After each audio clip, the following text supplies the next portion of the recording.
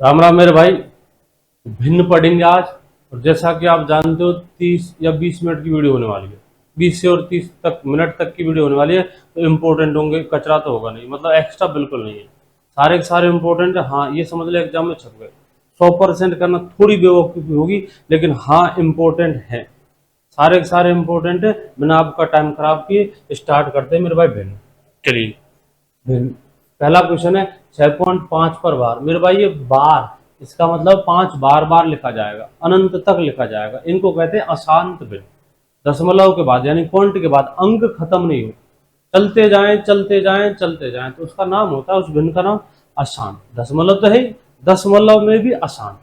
ठीक है। और अशांत भी दो तरह की होती है। एक तो पॉइंट के बाद अंक चलते जाए लेकिन आवृत्ति नहीं करे, और एक आवृत्ति का जैसे 5 4 5 4 5 4 5 4 3 2 3 2 3 2 8 7 8 7 8 7 8 7 ऐसे करके एक अंक या दो अंक या तीन अंक जो भी है, उनको कहते हैं दशमलव। दशमलव अशांत मतलब चलती जाएंगी। और आवृत्ति, आवृत्ति मतलब 5 5 5 5 लिखा जाएगा। इनको बदलना है मुझे साधारण भिन्न में। साधारण भिन्न मतलब P/Q के रूप में लिखना है। आपको लिखना है इसे P/Q के रूप में। तो थोड़ा सा रूल है, वो आपको दिमाग में होना चाहिए, याद रखना होगा। देखिए रूल क्या है। पहले तो आप संख्या को लिख दीजिए बिना दशमलव और बिना बिना बार के, तो ये संख्या बनेगी 65। पहला काम क्या करना है, संख्या को बिना दशमलव बिना बार के लिखना, तब ये बनेगी 65। इस 65 में से माइनस करेंगे जिस पर बार नहीं है। किस पर बार नहीं है? 6 पर। जिस पर बार नहीं है, अब चाहे पॉइंट से पहले हो या बाद में हो, सारी। थोड़ी दिमाग में बैठाना है इस रूल को। पहले तो संख्या को बिना बार और बिना पॉइंट के लिख दिया। माइनस वो किया जाएगा जिस पर बार नहीं, मतलब क्या किया जाएगा, माइनस के 6 बटे में मतलब भाग देना है। किसका भाग देना है? तो दशमलव के बाद। याद रखना, दशमलव के बाद जितने अंकों पर बार है उतने लिखे जाएंगे 9। जितने अंकों पर बार है उतने लिखे जाएंगे 9। तो ये बनेगा तेरा 65 माइनस 6 59। 59 बटे 9। जब आप 59 में 9 का भाग दोगे तो 6.5555555 चलता हुआ चला जाएगा। आगे देखिए अगला क्वेश्चन। इसी के एक दो एग्जाम्पल और करते हैं मेरे भाई। क्वेश्चन दे रहे हैं, हम ही लिखेंगे। देखिए जी कैसे। संख्या है 2.58 पर बार, इसकी बनानी है साधारण भिन्न। तो संख्या को बिना बार और बिना दशमलव के 258 माइनस जिस पर बार नहीं है वो 2 बटे उतने 9 जितनों पर बार है। दशमलव के बाद, दशमलव के बाद कितनों पर बार है? 2 पर, तो 2 9 लिखे जाएंगे, यानी कि 256 बटे 99। 256 बटे 99। अगर कटते हैं तो काटेंगे, नहीं तो छोड़ देंगे। ये नहीं कटते किसी से तो छोड़ देंगे, यही छोड़ देंगे। तो आंसर आएगा 256 बटे 99। साधारण भिन्न से मतलब है P/Q, अंश और हर। तो अंश और हर। और आगे देखिए एक दो क्वेश्चन और करेंगे। ऐसा भी हो सकता है कि दशमलव के बाद कुछ पर बार हो और कुछ पर नहीं हो। दशमलव के बाद कुछ अंकों पर बार है, कुछ पर नहीं है। ऐसे को कैसे करेंगे देखिए, जैसे 4.83 पर बार, केवल 3 पर बार लिख रहे हैं, केवल 3 पर बार। ठीक है। और कर लीजिए, चलो ये एक अंक और लेते हैं। तो संख्या हो गई 4.832 पर बार। तो आवृत्ति बार लगा हुआ है 3 2 पर, तो 3 2 की आवृत्ति होगी, ना कि 832 की। बार लगा हुआ है 3 2 पर, तो 3 2 की आवृत्ति होगी। तो लिखेंगे पहले तो संख्या को बिना दशमलव और बिना बार के 48 32, इसमें से माइनस करेंगे। माइनस करना क्या है? जिस पर बार नहीं है, जिस पर बार नहीं है वो माइनस करेंगे, यानी कि माइनस करेंगे 48। जिस पर बार नहीं है, पॉइंट के बाद और पॉइंट से पहले दोनों संख्याओं को शामिल करेंगे, पॉइंट तो हटा दिया। चलिए जी, तो लिखेंगे 48 बटे में। बटे में यहाँ थोड़ा ध्यान देना, थोड़ा सा रूल बदलेगा।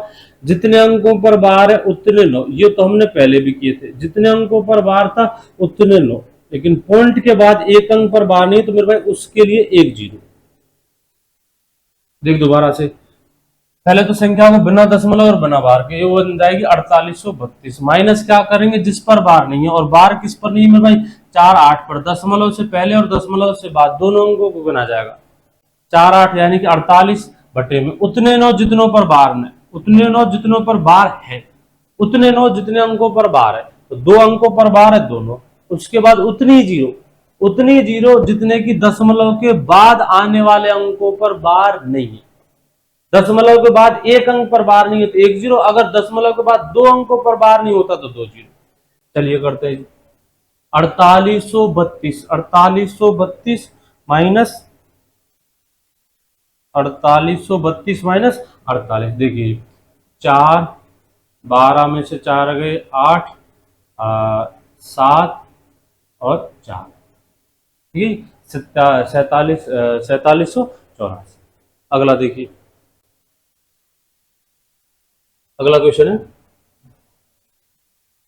4.58 पर बार प्लस 3.74 पर बार, इनका मान मतलब कि इनका योग करना है, जोड़ करना है मेरे भाई। ठीक है, इस संख्या को बदल लेते हैं, आंसर थोड़ा अच्छा आएगा। इससे क्या 3 3 3 आते हुए चल जाएंगे, और मैं लिख रहा हूं इसे 9 4। ठीक है, 4.58 पर बार और 3.9294 पर बार। अगर आप इसको नॉर्मली जोड़ दोगे, 4 पॉइंट नॉर्मली जोड़ दोगे 4.58 प्लस 3.94, तो मेरे भाई आपका आंसर आएगा 8 और 4 12, हासिल 1, 9 और 5 14, 14 और 1 15, हासिल 1, 8.52। और फिर आप कह दोगे दो अंकों पर बार उधर, दो अंकों पर बार इधर, 8.52 पर बार, जो कि मेरे भाई गलत है, जो कि मेरे भाई गलत है। सही आंसर क्या, तो सही आंसर देखेंगे। अब देखिए आपको करना क्या होगा, अगर हाँ तेरे जोड़ में, अगर तेरे योग में हासिल आती है तब तो मेरे भाई प्रॉब्लम खड़ी होने वाली है, और अगर हासिल नहीं आती तो कोई परेशानी नहीं है।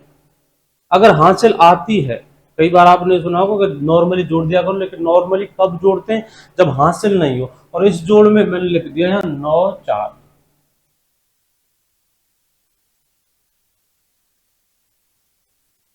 और इस जोड़ में भाई 9 4, इस जोड़ में आपके लिए हासिल आने वाली है 9 4 पर बार।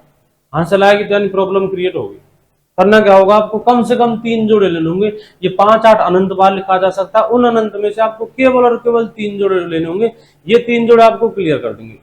देखिए जी, 4.585858, इस 5 8 को कई बार लिखा जा सकता है मेरे भाई, ये अनंत तक आ रहा है, लेकिन नहीं, मैं केवल और केवल 3 बार लूंगा, उसी से सवाल समझ में आ जाएगा। अगला देखिए, फिर लिखेंगे 3.9494, 3.949494। चलिए देखिए, 8 और 4 12, हासिल 1, 9 और 5 14 और 1 15, हासिल 1, 8 और 4 12 और 1 13, हासिल 1, 9 और 5 14 और 1 15, हासिल 1, 8 और 4 12 12 और 1 13, हासिल 1, 9 और 5 14 और 1 15, हासिल 1 8 पॉइंट। देखिए 5 3 5 3, लास्ट में क्या आ रहा है 5 2, 5 3 5 3 5 3 5 3 चलता हुआ चला जाएगा मेरे भाई, लास्ट में आया 5 2। अब आप 8.53 पर बार लगाओगे या 8.52 पर बार लगाओगे, तो भाई नीचे वाला जो आंसर है, नीचे वाला ये तो है तेरा गलत, और ऊपर वाला ये सही है। अब क्यों सही है ये देख, आपने 5 8 को कितनी बार लिखा है, 3 बार, 3 बार लिखा है, तो लास्ट में आ रहा है तेरे पास 5 2। अगर मैं मान के चल इस 5 8 को लिखता 10 बार, 10 बार, तो लास्ट में यानी 10वीं बार आता 5 2, और 9 बार आता 5 3 5 3 5 3, आगे तो आता 5 3 5 3 5 3, और लास्ट में आता 5 2। सपोज मैं इसको 100 बार लिखता हूं, तो 100वीं बार यानी कि लास्ट स्टेप में आएगा 5 2, और उससे पहले 99 बार 5 3 5 3 5 3। और ये श्रेणी जा कहां तक रही है, ये श्रेणी जा रही है मेरे भाई अनंत तक। श्रेणी कहां तक जा रही है, अनंत तक, अनंत तक, यानी कि आप अनंत बार लोगे तो लास्ट में अनंत में आएगा 5 2, अनंत हमने देखा नहीं। 1000 बार लेते तो लास्ट में 999 बार तो 5 3 5 3 आएगा। ये तो अनंत में जा रहा है, ये वैल्यू कहां जा रही है, अनंत में, और अनंत में हमने देखा नहीं। तो यार इस 5 2 को इग्नोर करेंगे, 5 2 को तो इग्नोर करेंगे, और फिर लगाएंगे 5 3 5 3 चलता हुआ चला जाएगा, तो बार लगाएंगे मेरे भाई 8.53 पर बार, 8.53 पर बार। चलिए जी, अगला क्या है क्वेश्चन है, ये मजेदार क्वेश्चन, और बेल्ट की नौकरी में अर्चने कॉलम बहुत ज्यादा पूछ जाते हैं। क्वेश्चन क्या है, 3/8, 2/5 और 4/13 में से सबसे बड़ी भिन्न पहचानी मेरे भाई। इनका बहुत आसान तरीके तो इनके बहुत सारे। एक तो भाग देने का है, एक ले से लेकर है, सब बेकार है। सबसे बढ़िया मेथड यही है जो मैं आपके लिए बता रहा हूँ। देखिए 3/8, 2/5 और 4/13 मुझे ढूंढनी है इनमें से सबसे बड़ी भिन्न। एक तो भाग देने का मेथड बकवास है। भाग देने में क्या स्टूडेंट टाइम ले लेता है। एक लेस है का उससे बकवास। एक सबसे बढ़िया मेथड आपको बड़ी ढूंढनी है, बड़ी ढूंढनी है मेरे भाई। इनके कर दे वज्रगुणा। वज्रगुणा आप इन दोनों में से ढूंढो, कोई सी दो को ले ले, कोई सी दो को। मैं इन दोनों को ले रहा हूं, इन दोनों में ढूंढनी है तो कोई सी दो ले, इन दोनों इनके कर वज्रगुणा। अंश को हर से, अंश को हर से। 5 तिया 15 और 8 दूनी 16। बस इनमें देख 15 और 16 गुणनफल में, और गुणा ऊपर की तरफ ले जाना। 15 और 16 में से बड़ा क्या 16, यानी कि बड़ी 5/2 है, तो ये फिर छोटी हो गई। बड़ी छोटी की दौड़ में मेरे भाई ये तो रह गई पीछे, यानी कि हार गई। ये समझ के चल हार गई। ठीक है, आपके पास तीन टीम और आप किसी एक को ट्रॉफी दोगे, तो फिर तीनों तीनों में मैच कैसे होगा। किसी भी दो को पहले बढ़ाओ, जो जीतेगी वो लास्ट वाली से जीतेगी। भेदभाव होगा नहीं, तो बात ये। और ये तो गणित है। आप कोई सी भी दो भिन्नों को पहले ले लीजिए, वज्रगुणा कीजिए। वज्रगुणा में जिस भिन्न का मान ज्यादा आ रहा है वो बड़ी भिन्न है, जिस भिन्न का मान छोटा आ रहा है वो छोटी भिन्न। बस इतना याद रखना, वज्रगुणा ऊपर की तरफ जाना चाहिए। जिस भिन्न के ऊपर मान लिखा हुआ है ये 15, ये 15 3/8 के ऊपर लिखा हुआ है, तो ये समझ के चलना ये 15 3/8 की ही वैल्यू है। बड़ी ढूंढनी है बड़ी जीता, छोटी ढूंढनी है छोटी जीता। मुझे ढूंढनी है बड़ी, तो 16 बड़ा, यानी कि इस दौड़ में ये तो रह गई पीछे, ये तो रह गए पीछे। चलिए और देखते हैं।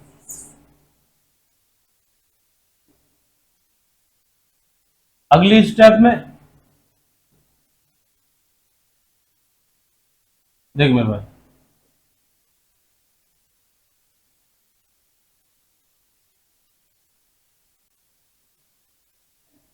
अगली स्टेप में करेंगे इन दोनों, इनका हो गया काम। अब आ जाए इन पर, ये तो हार गई, ये भिन्न तो हार। अब नंबर है इन दोनों का, बड़ी अब तक ये है 13 दूना 26 और 5 चौके 20।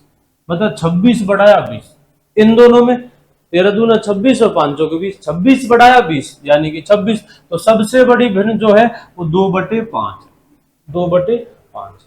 एक बार फिर से देखो,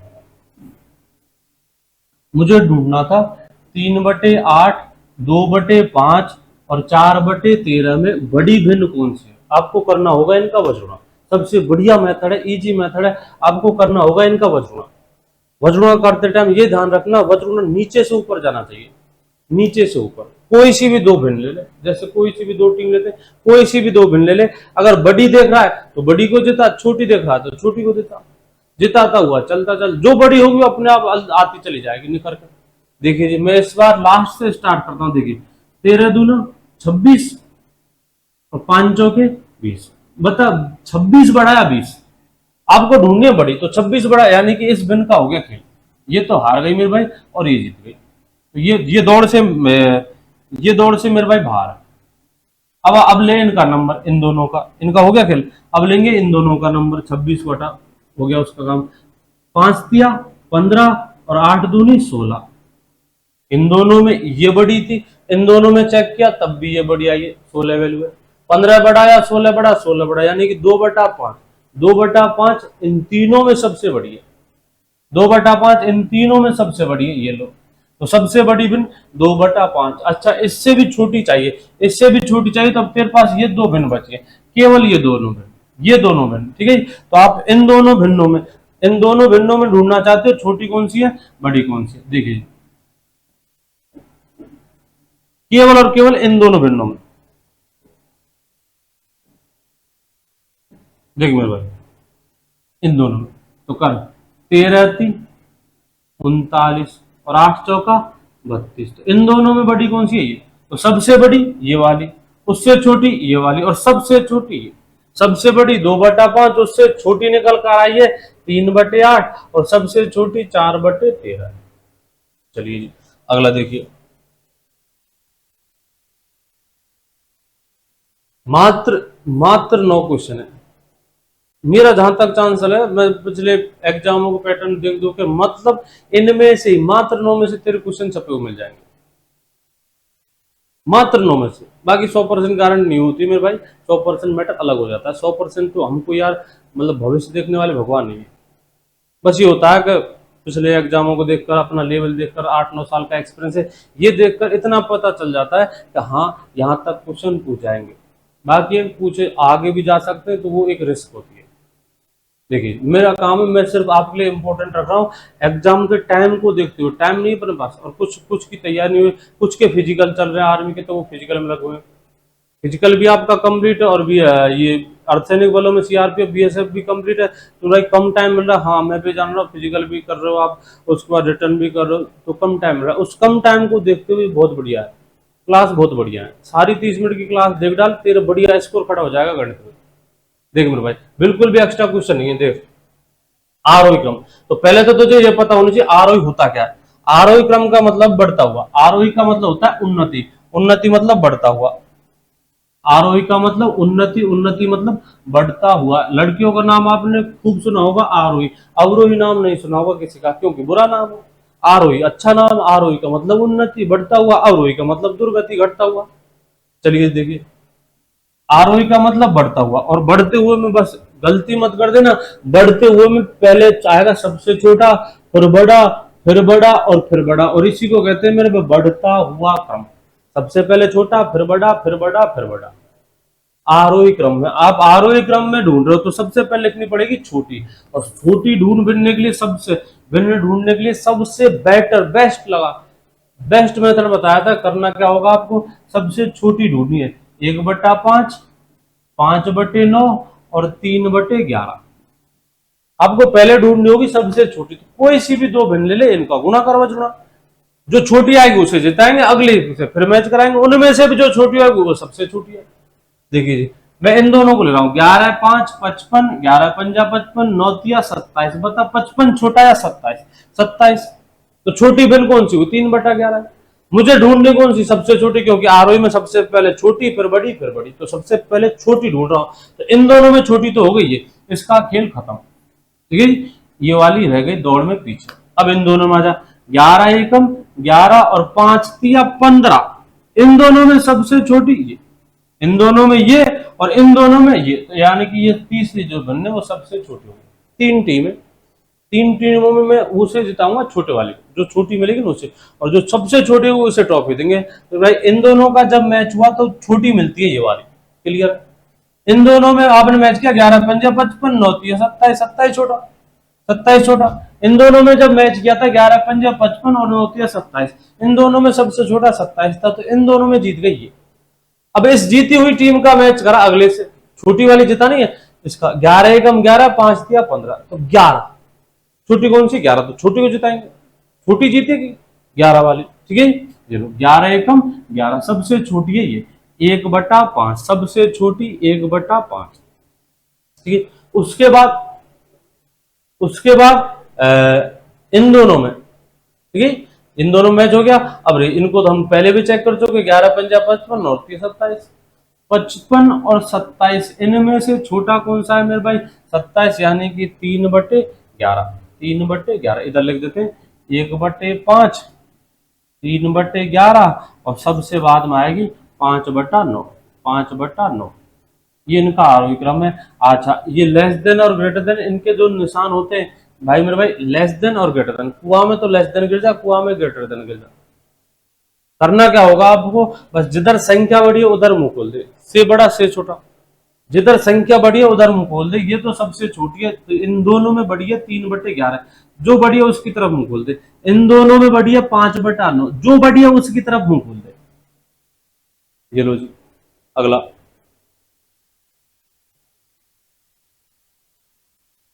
किसी भिन्न के अंश व हर का योग 16 है, यदि अंश व हर प्रत्येक में, यदि अंश व हर प्रत्येक में 2 जोड़ दिया जाए, अंश व हर प्रत्येक में 2 जोड़ दिया जाए तो वह 1/3 प्राप्त होती है। बताइए वह मूल भिन्न कितनी होगी मेरे भाई, प्रत्येक में। आपको ढूंढिए मूल भिन्न, ऐसे क्वेश्चन ऑप्शन, और ये क्वेश्चन ऑप्शन बेस है, ज्यादातर क्वेश्चन ऑप्शन बेस आते हैं, ये नहीं कह रहे कि हर क्वेश्चन ऑप्शन बेस आता है। ठीक है। अगर आपको मेथड से करना तो मेथड तो पड़ेगा लेंथी, लंबा पड़ेगा मेथड।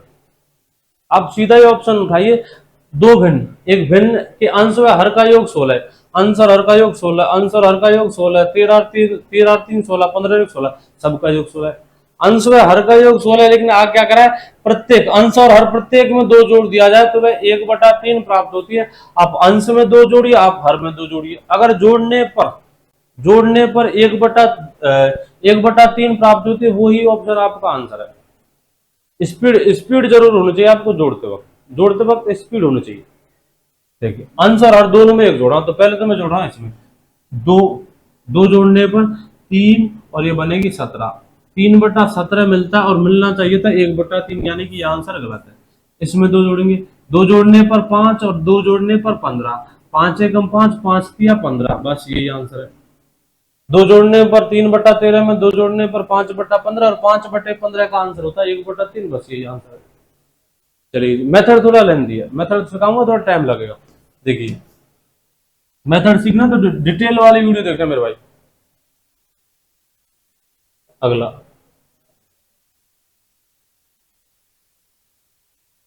रमेश अपनी आय का 1/6 माँ को तथा अपनी आय का 2/3, अपनी आय का 2/3 बहन को देता है। यदि यदि रमेश के पास अब 300 रुपए शेष बचे हो तो रमेश की आय कितनी होगी। रमेश जो करता है वो अपनी आय में से, रमेश अपनी आय का रमेश अपनी आय का 1/6 ये तो देता है मेरे भाई माँ को, और 2/3 ये दे देता है अपनी बहन को। शेष को देता है रमेश, रमेश के पास शेष बचते हैं और वो शेष रुपए दे रखे 300।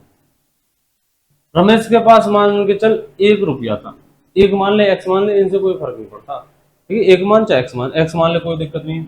रमेश की आय टोटल एक्स है, इस एक्स का 1/6 यानी कि x/6, एक्स का 1/6 ये दे देता है अपनी माँ को, और 2/3 ये देता है अपनी बहन को। अब इसके पास 300 रुपए शेष बचे, ये एक्स क्या चीज आपकी टोटल आय, इस टोटल में से माँ का प्लस बहन का 2x/3, आपने एक्स लिए टोटल तो बहन का हो जाएगा 2x/3।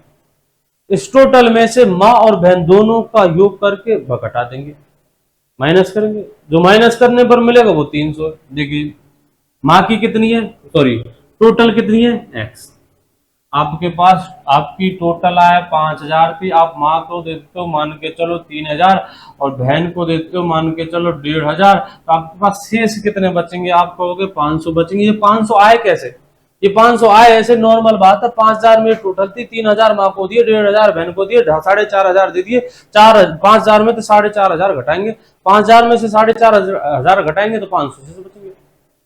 वही काम मैं यहाँ कर रहा हूँ, टोटल मेरी आय एक्स मानिए, मैंने एक मान सकते हो, कोई टेंशन नहीं है।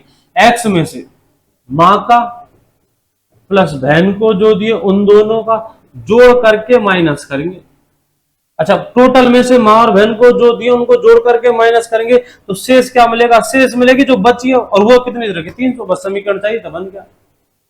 डायरेक्ट भी करेंगे थोड़ी देर बाद में, मतलब ये एक्स वैक्स का नाटक है, पहले समझो आराम से।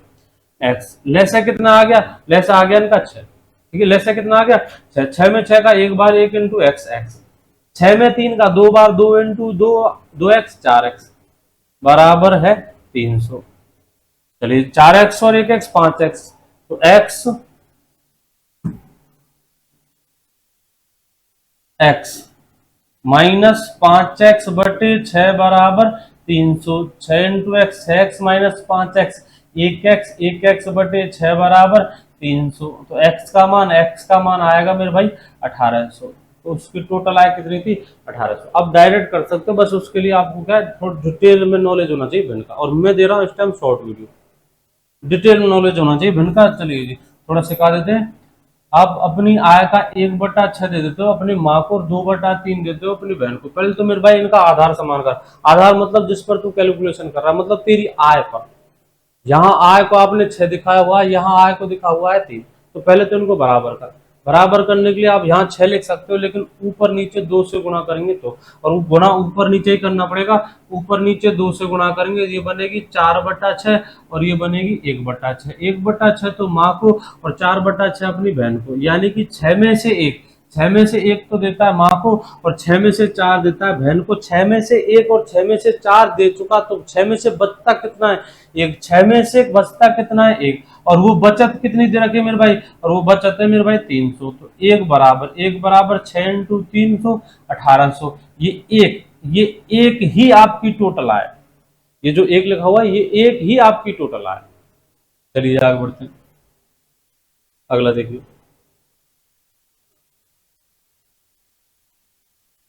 अगला क्या है? किसी संख्या का 1/4 20 हो तो उस संख्या का 3/5 कितना होगा? किसी संख्या का 1/4 20 हो, एक संख्या का 1/4 20 है, एक संख्या का 1/4 कितना दे रखा है? 20 है। तो वो पूरी संख्या यानी कि एक पूरी संख्या हो जाएगी मेरे भाई 20 इंटू 4। पूरी संख्या कितनी होगी? 80। अच्छा, वो पूरी संख्या 80 और आपको चाहिए उस 80 का कितना आपको चाहिए? उस 80 का 3/5। और 80 का 3/5, 80 का 3 बटा होता है 16, 16 तिया 48। एक बार फिर से देखिए, एक संख्या का 1/4 20 है, यानी कि वो संख्या एक्स ले लीजिए, कोई टेंशन नहीं है। एक्स, इसका 1/4, इस एक्स का 1/4 वो दिया हुआ है 20 है, तो एक्स का मान कितना आएगा? एक्स का मान आएगा 80। पिछली बार क्या लिया था हमने? पूरी पूरी राशि को 1 लिया था, इस बार एक्स लिया। कैलकुलेशन आनी चाहिए, उनसे कोई फर्क नहीं पड़ता। पूरी राशि कितनी हो गई? पूरी राशि हो गई मेरे भाई एक्स। पूरी संख्या कितनी होगी? एक्स। इस x का 3/5, तो इस x का यानी कि 80 का 3/5 निकालने को कहा गया है। 5 से कितनी बार? 16 बार, 16 दिया 48। तो उस संख्या का 3/5, उस संख्या का 3/5 आएगा 48। नेक्स्ट क्वेश्चन, अगला इंपोर्टेंट क्या है? एक विद्यार्थी को किसी संख्या का 2/5 ज्ञात करने को कहा गया, लेकिन गलती से उसने उसका 1/4 ज्ञात कर दिया, जो सही उत्तर से 36 कम था।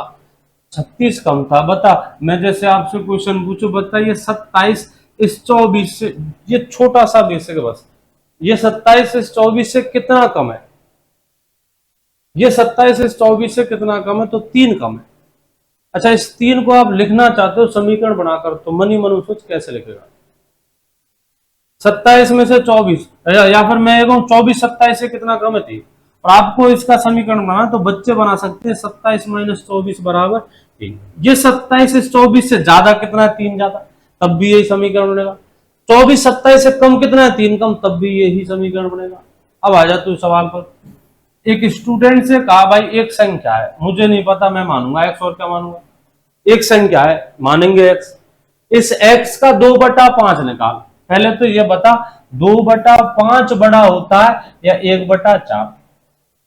2/5 बड़ा होता है या 1/4? तो मेरे भाई 2/5। और थोड़ी देर पहले ही सवाल किया है, भिन्न में छोटी बड़ी ढूंढना। 4 दूनी 8, 5 एकम 5। बता, 8 बड़ा या 5 बड़ा? बोले 8 बड़ा। 8 बड़ा मतलब भिन्न कौन सी बड़ी? 2/5 बड़ी। चलिए, बड़ी में से छोटी घटाते हैं मेरे भाई, तभी तभी ये देखे, ये 2/5 बड़ा या 1/4 बड़ा। अब आ जाओ दोबारा से क्वेश्चन पर। एक विद्यार्थी से कहा, भाई एक संख्या है एक्स है, इसका तू निकाल 2/5। तो एक्स इंटू 2/5 यानी कि 2x/5। ये तो उससे कहा गया था, लेकिन गलती से उसने क्या कर दिया मेरे भाई? गलती से उसने उसका 1/4 निकाल दिया। गलती से हो गई गलती, कोई दिक्कत नहीं। इसने निकाल दिया इसका 1/4। किसका? एक्स का 1/4। तो ये कम आएगा किससे? पहले वाले जो सही आपसे कहा गया था 2/5 निकालो, और आपने निकाल दिया 1/4। तो ये कम है उस संख्या से, सही उत्तर से ये कम है। कितना कम है? तो -1। और कितना कम है? दे रखा है कितना कम है? 36 कम है। अब तो केवल और केवल कैलकुलेशन, गणना करनी। कुछ था तो बस ये समीकरण बनाना आना चाहिए। लैसा कितना होगा? लैसा होगा इनका 20। 20 में 5 का 4 बार, 4 दूनी 8x। 20 में 4 का 5 बार, 5 एकम 5x। 5x minus 8x minus 5x 3x। 3x बराबर किसके है? 20 के। 3x/20 बराबर किसके है? 36 के। 3 से काट रहा हूं, 3 से कितनी बार? 12 बार। 20 भाग वाला 20 इधर आएगा तो गुणा होगा, तो आएगा x बराबर 20 × 12 240। 240। तो वो संख्या होगी मेरे भाई 240। अगले की तरफ बढ़ते हैं। एक संख्या का 1/3 उस संख्या के आधे से यानी कि 1/2 से 6 कम है। वही सेम क्वेश्चन है। एक संख्या का 1/3, एक संख्या है x। पहले तो बता 1/3 बड़ा होता है या 1/2 बड़ा होता है, मतलब आधा बड़ा होता है या 1/3। तो मेरे भाई बड़ा होता है 1/2। गुणा कर 3 एकम 3, 2 एकम 2। बता 3 बड़ा है या 2। मैंने कहा था गुणा ऊपर की तरफ जाना चाहिए। याद याद करो उन बात को। गुणा जाना चाहिए ऊपर की तरफ। तो 3 एकम 3, 2 एकम 2। 3 बड़ा, और 3 आया किसके लिए? 1/2 के लिए। तो 1/2 बड़ा होता है, 1/3 छोटा होता है। एक संख्या का 1/3 यानी कि x का 1/3। एक संख्या का x का कितना? 1/3। 1/3 x इंटू 1x बटे में 3। तो लिख दिया मैंने सीधा x/3।